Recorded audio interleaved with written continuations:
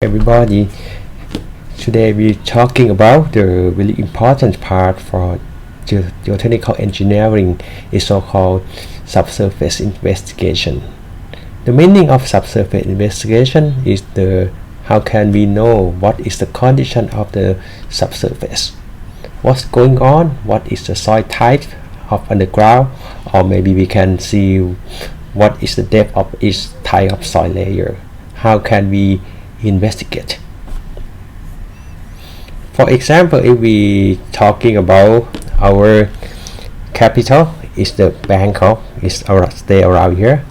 Bangkok is stay on its so-called Bangkok basin. It's something like this. We have the bedrock is around here. It's really deep from the ground surface. It's about 500 meters from the ground surface before a bedrock. If we have the really long pipe, we can extend to the bedrock, but in the actual condition, it's impossible to have the pipe extend the length from the ground surface up to about 500 meters. And above the ground, we have the gray one here. The gray one, or is a shading one here, is so-called soft gray. Soft gray is mean it's really soft. The strength is really low. If we construct something on this kind of gray, it will create a lot of sediment. It have the problem of the stability problem. They have some failure. Why they have a lot of gray around here? Because the gray is transport from the northern part of the Thailand. The rock, the mountain of the rock, the northern part of the Thailand will decompose, and the water transport the soil, the clay up to around here, and when the water meets the sea, the speed of the water flow will reduce. It will create a clay in this area, and below the clay we have this one is so-called clay also, but it's not soft. It's so-called medium clay. So it's not only in Bangkok area we have the soil condition here in Bangkok, and we have this one is the other river is so-called Tajin or Nakhon Chai Si river. So it create a lot of basin. So if we would like to construct something or we have the project on this one, we have to explore what's going on. Firstly, we have to talking about the strength of the soft clay. How much of the strength of the soft clay, or we have to know about the depth. Soft clay it's not only strength and the depth. We have to know about how much of the sediment. We have to know about the deformation that might occur at this clay. Actually, we are not the first group that conduct the subsurface investigation in the Bangkok basin. The first one, if we try to combine the data of the Bangkok subsoil from here, Bang Khen, up to Papadang, is near our campus. It's composed with the very soft clay up to about 12 meters. This one is soft clay, and below the soft clay it's become clay also. The higher strength is so-called medium clay, and the dotted one here is sand.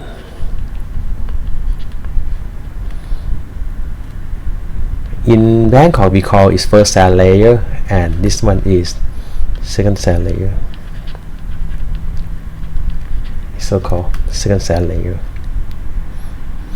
And you can see the vertical line from the ground surface up to some certain level is come from the so-called subsurface investigation. The practical way for the subsurface investigation, we have to make the so-called the borehole, and we take the soil up to the ground surface and conduct some of the testing. For soil profile in Bangkok area, if I would like to construct my house on this one, maybe I have a house around here, a house. I have one of my house. My house is put on soft clay. Yeah, put my house on the soft clay. It will create a lot of sediment. I have to crack on my house, or maybe somehow my house is some failure. So I have to extend to find some structure up to around here, or maybe can be extended to be this one. This one is so-called pie foundation. It's so-called pie foundation. Extend the length of the pie up to first sand layer. So pie foundation. So how can we know the length of the pie? How can we know the size of the pie? We have to investigate. As I mentioned before, we have to investigate what is soil property of clay, what is soil property of sand, and how much the depth of the soft clay. If we made the other cross section from Thapra, this one from Thapra. Right now they have the MRT Thapra, the new blue line connect from Thapra to Wolampong and pass through the GEOPHYSICAL river.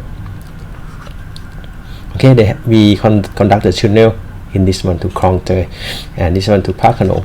You can see that the soil profile of in this area is quite the same as the previous one. We have the soft clay, we have the medium clay, and we have sand layer. How can we know where is my soft clay, where is my medium clay, where is our sand layer? We have to investigate. So in this lecture and the next about 2 or 3 lectures, I will talking how can we investigate. After we investigate, so this one is one site that actually is my project. I would like to construct some of the factory onto this site. How can we investigate? We found that it composed of the loose to medium dense sand. Around here we have dense sand, we have dense sand. So this one is the final result after we conduct subsequent investigation. This one is really large area, is around in real estate Amata Nakhon, in about Rayong. This one is final answer. So how can we do?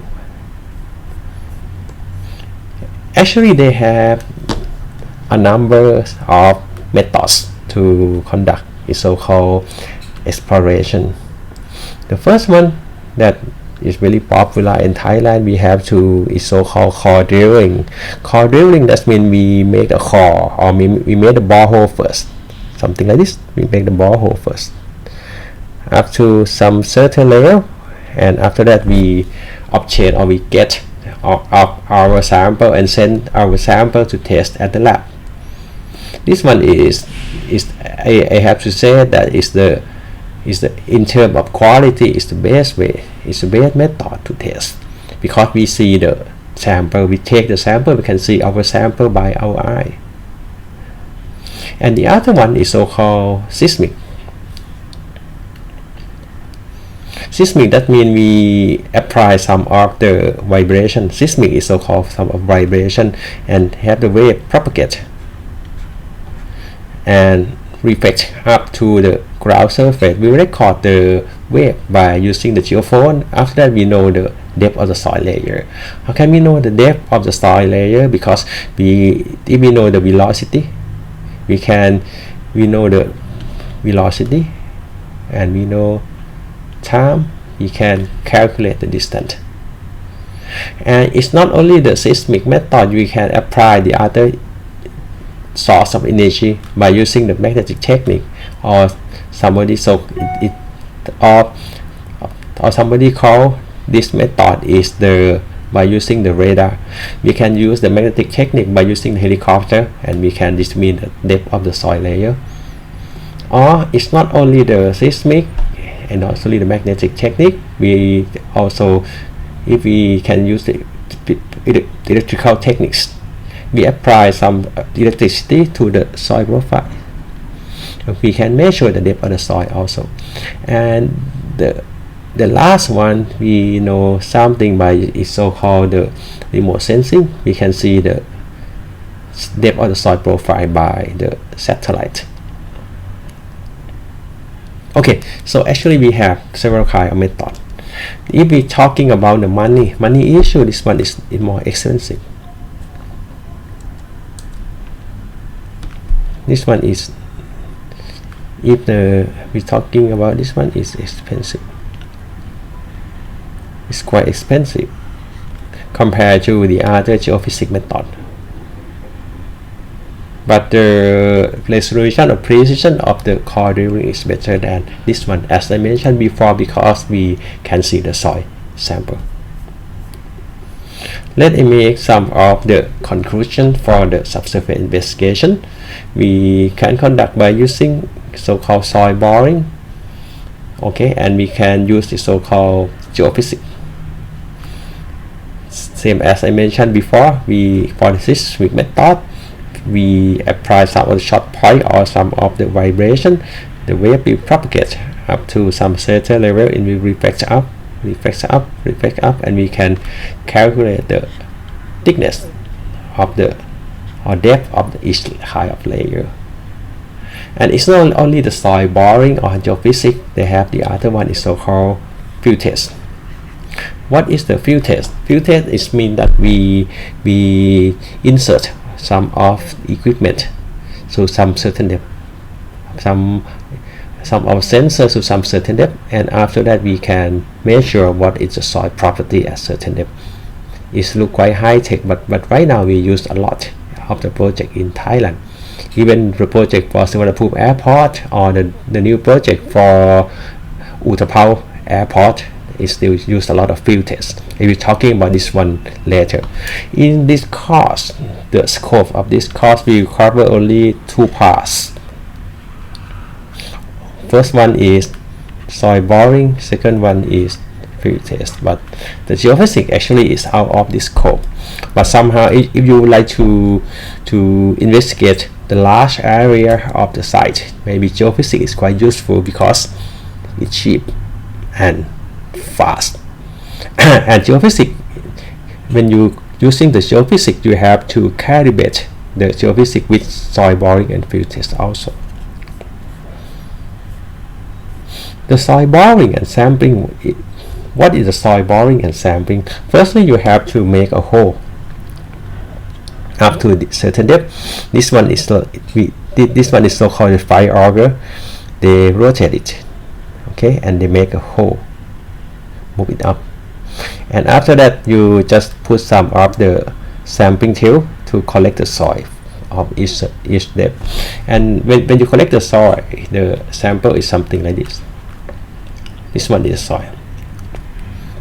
From the upper, lower, the color is changed. If you get the soil sample from the site, you can know by your eyes.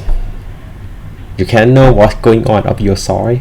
What is the color of your soil? What is the strength of your soil by using this one to test in lab. But the problem with this one is spend a lot of time because you have to transport the soil from the site to the lab. If your site maybe is really far from the lab, for example, your site in maybe around Chiang Rai or maybe Mae Hong Son, and your lab in our campus, you spend a lot of time. I think it's about 2 weeks to finish the testing. And when we obtain the sample from the lab, for example, this one is so-called boiling log. This one we obtain a sample. Sample is starting from about 2 meter up to about 31 meter. In each sample, we for example, ST2 is sample number 2 from 3 meter to 3.5 meter. We conduct some tests for the sample, such as I think you study in soil mechanics lab last semester: water content, liquid limit, plastic limit, and plastic index. And it's not only this, you obtain the strength of your soil sample you obtain from the field by this one, unconfined composite shear, and you obtain the unit weight from unconfined also. Okay, it's clear. For this one, after this course, you have to interpret from this table. How can you do it? I will tell you later. How can you do it? How can you work around about this one? I will show you in the Excel. How can you do it? How can you grouping the soil into each layer by each layer? How can you divide? So the content of this course, before we go to design, firstly talking about the general. It's about introduction and what is the soil, what is the number of the how many borehole that required for construct for site, and talking about the soil boring and sampling. How can you make the boring? How can we make the sampling? What is advantage of each method? And the third topic is about field test.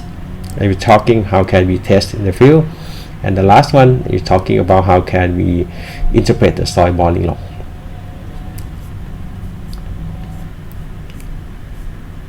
So before we talk into detail how can we conduct the subsurface investigation, we have to set up our question. What is the deformation of our soil? Deformation, we can see how much of the stiffness.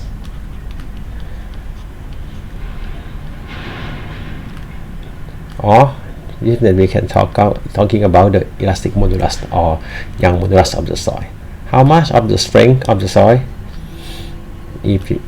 SU and V. I think you guys can remember from soil mechanics. And the other one is so-called durability. That means when you test for SU and V, maybe your soil subjected for changing of developmental, maybe it creates some of the degrading of the strength, such as some soil subjected to the water, the strength will degrade a lot. So we're talking about the strength of the soil, the SU and V will degrade or not. Okay, I'll be talking about this one later. The enemy or something that causes the degradation of the strength of the soil is water. The water is if the soil subjected to the water or higher water content, the strength of the soil significantly decreased. And the last one we have to answer, where is our groundwater level? Because we study from soil mechanics, the strength of the soil is depend on everything stress equal to total stress minus what? I think you guys can remember, minus pore water pressure. So how can we know the groundwater, the pore water pressure? If we have the we have the soil profile around here, and we have the groundwater level around this one. We have the point A. How much of the groundwater level, how much the pore water pressure of point A is equal to H here. Okay, so U at A equal to gamma W multiplied with H. Is that clear about this one? So if the groundwater level is changed, maybe rising up to the ground level, H will be changed to be H palm. So that means if H increased to be H palm, that means the magnitude of the groundwater level will be increased. It's causing the change of the effective stress and changing our strength. So let's come back to our conclusion. The required information for subsurface investigation is deformation, strength, durability, and groundwater level. Before we go into the detail, okay, somehow we will talking about this case study. Maybe, okay, so this case study is the case study that I would like is a real one. I would like to construct the factory around this area in Rayong project. And the client come to me and ask me to study what's going on about this land. He said he would like to buy this land. It's quite expensive. It's maybe 1,000 million baht, something like that. It's very expensive. Is it good or not, or bad, or is feasible or not to buy this land? So we have to study. Actually, we have studied several aspects according to environmental, according to structure, according to earthquake, but today we're talking about the geotechnical aspect of this land. So before I spend some of my money to test something, firstly we have to find some of the previous record or previous data. For example, we have to talking about the people live around this area, experience knowledge of locality, or maybe we try to finding some of the existing record. Try to search in the internet, or maybe find some of the information about the ground condition before you conduct some tests. And you have to go to see it by your eyes. To have to personal on-site investigation. Is the engineering ethics. You have to see it. If you didn't see it, maybe it's not good ethics. It's not good. Maybe your license might be problem later. If somebody sue you, you go to the court. Maybe your license will be suspended or cancelled. Or after you have 3 issues: knowledge, existing record, personal on-site investigation, you can conduct a so-called site exploration. You spend the money to exploration. So before you go to site exploration, if we're talking about 3 items, how can I do? What did I do about this site before we construct? Firstly, I go to the site by myself. This one is a site. They have the pineapple field. They plant. They grow the pineapple around this area. Okay, and this one is I think you know him.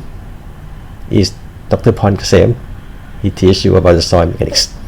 We go to this area, and we found that in this area the ground condition is sand. How can I know it's sand? Actually, I can see by my eyes sand. And when I went to the site, they have a heavy rain in the site and have no water on the surface. Have no water in the surface. So that means the water will flow downward really fast. So that means this soil has really high permeability. So I can expect that our soil as a surface is sand and have no problem for flooding. Should have no flooding in the. Should have no problem with the water in the future by myself. And I also, the other one, I would like to know where is my groundwater level of this site. So I talked to the staff at the site, staff for the pineapple field at the site. Where did he find the water? He said, okay, we have the pond. We have the pond nearby. we bring the water to the pond and go in using to for this pineapple. So okay, please bring me to the pond. So I go to the pond. I will find, okay, here they have the water, and I asked the staff that, is there any changing of the water level, up or down? He said it's almost the same, even in dry season, even in the raining season. So right now I know what it is. I know the groundwater level already. I know it before I do something. I have to test it later on. Where is my groundwater level in the site? But I go to the site, and after that I ask my survey to find the level of the groundwater. So I know the level of the groundwater. Okay, and after that I found that they have the slope around here. It's pretty steep slope, and this one they have the temple. They might cause some of the landslide if we have the factory around here. If the landslide here, the rock will fall into our factory. It might cause some of the dangerous if you damage our factory. So I come here to talk with the monk. I drive the car up to the hill and talk to the monk. What's going on? I ask you, what's going on about this slope? They said, okay, maybe last 2 or 3 years ago, the owner of the land, they excavate the laterite around here. They excavate and they sell it. Oh, so that means it's not landslide. It's this slope is so-called man-made slope. And I asked them why they stop. Why they stop to excavate? He said they have the bedrock. You found a rock around here, cannot take the soil anymore. Okay, so I know something about this one. So that means this slope is quite stable because you have the rock, and it should not, as I said, it can expect should not have some landslide occur. And asked that how long he stay here. He said about 10 years. So after that I let our staff to make some of the borehole into the rock. Okay, after that he called me, Ajahn, I found the rock, high quality rock of the site. So it's same as my expectation. So I show you this one or this thing that it show you that you have to go to the site by yourself and see what's going on.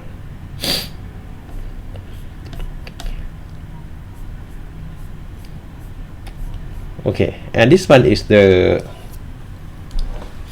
final answer of this one. I conduct some subsurface investigation. They spend the money about, I cannot remember, about 5 million baht to investigate a lot, because the owner is come from the European. The code of practice is quite rigid, so they conduct a lot of borehole of this one, and I can plot the 3D profile of this, the topography is a terrain profile and the profile of the soil in this area also. Before I get this one, I have the other trick also. I go to the site, this site again, okay, and I found that there are the factory nearby. The factory nearby is under construction. So I go to the site and talk to the foreman. What type of the foundation of this factory? And he said to me, the designers used the pie foundation. Pie foundation is about, the designer said the pie foundation should be about 7 meters. After that, the pie, they try to construct the driven pie about 7 meters, and they try to drive the pie onto the ground. It can penetrate only about 4 meters. That means if they penetrate only 4 meters, the other 3 meters they have to cut it out. So right now, before I design this factory, I know that if I would like to use the pile foundation, the pile length is only 4 meters, cannot more than 4 meters. And the result is the same as I talking with the foreman at the site. They have very dense sand, already sand. So that means if we have the pile foundation penetrate, you cannot penetrate through this kind of sand because it's really dense. When you're driving the pile into the dense sand, it will create a lot of vibration to the sand. The density, the sand here is become denser and denser, create a lot of resistance. So the pile length should not more than 4 meters, same as I expect.